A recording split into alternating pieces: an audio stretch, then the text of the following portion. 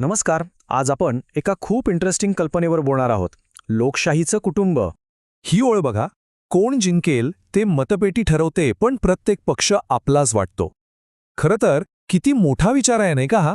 म्हणजे बघा, आपले राजकीय मतभेद कितीही असोत, पण कुठेतरी एक आपलेपणाची भावना असतेच. आता जरा विचार करा. राजकारण म्हणजे नेहमीच एक युद्धभूमी असायला हवं का?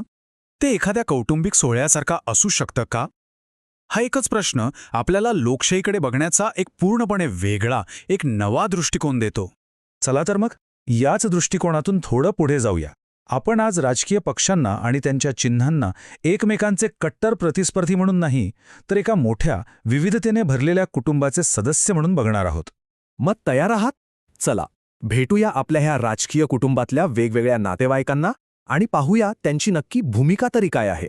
हे खूपच मजेदार आहे. बघा, जसे आपल्या घरात एखादे काका किंवा मोठे भाऊ असतात ना, जे शिस्तीचा आग्रह धरतात, तसंच काम करतं घड्याळ हे चिन्ह. मग आहे तुतारी, अगदी आजोबांसारखी अनुभवाचा आवाज. आणि कमळ, ते तर जणू आपले आजी आजोबाच, जे आपल्याला सतत आपल्या संस्कृतीची, परंपरेची आठवण करून देतात. आता भेटूया पुढच्या काही नातेवाईकांना.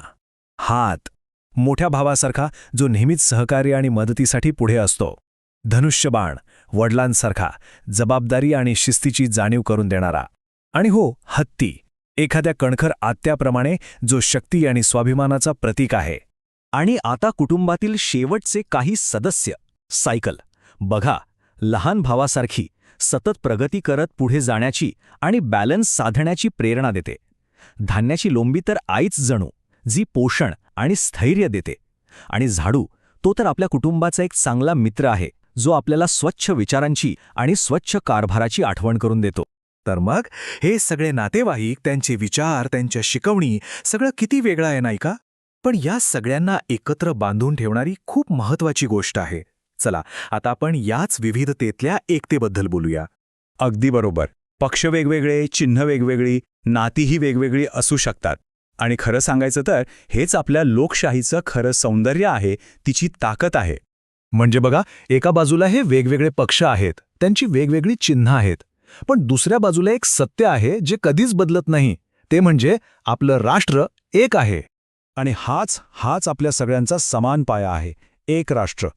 बरं, मग या सगळ्याचा अर्थ काय लावायचा? लोकशाही खऱ्या अर्थाने जिंकते म्हणजे नक्की काय होतं?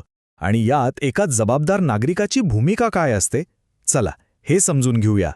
खरंय, एरवी आपण रोजच्या रोज काय बघतो तर फक्त हे फरक. हे पक्ष वेगळे, ती चिन्ह वेगळी, त्यांच्यातले वाद, मतभेद, याच गोष्टींवर आपलं लक्ष असतं.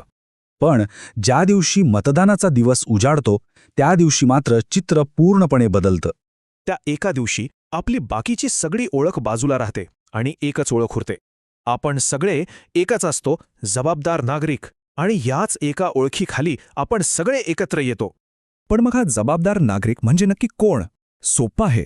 ती व्यक्ती जी मतदानाच्या दिवशी आपली सगळ्यात मोठी ओळख ही मानते की देशाच्या भल्यासाठी लोकशाहीची तत्त्व जपायची आहेत.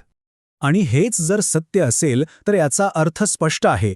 अंतिम विजय हा कोणत्याही एका पक्षाचा नसतोच. या सगळ्या चर्चेचं सार एकाच वाक्यात आहे. कोण जिंकेल यापेक्षा महत्त्वाचं हेच की लोकशाही जिंकली पाहिजे. खरा विजय, अंतिम विजय हा आपल्या लोकशाहीचाच झाला पाहिजे. तर मग जाता जाता एक प्रश्न मागे ठेवून जातो.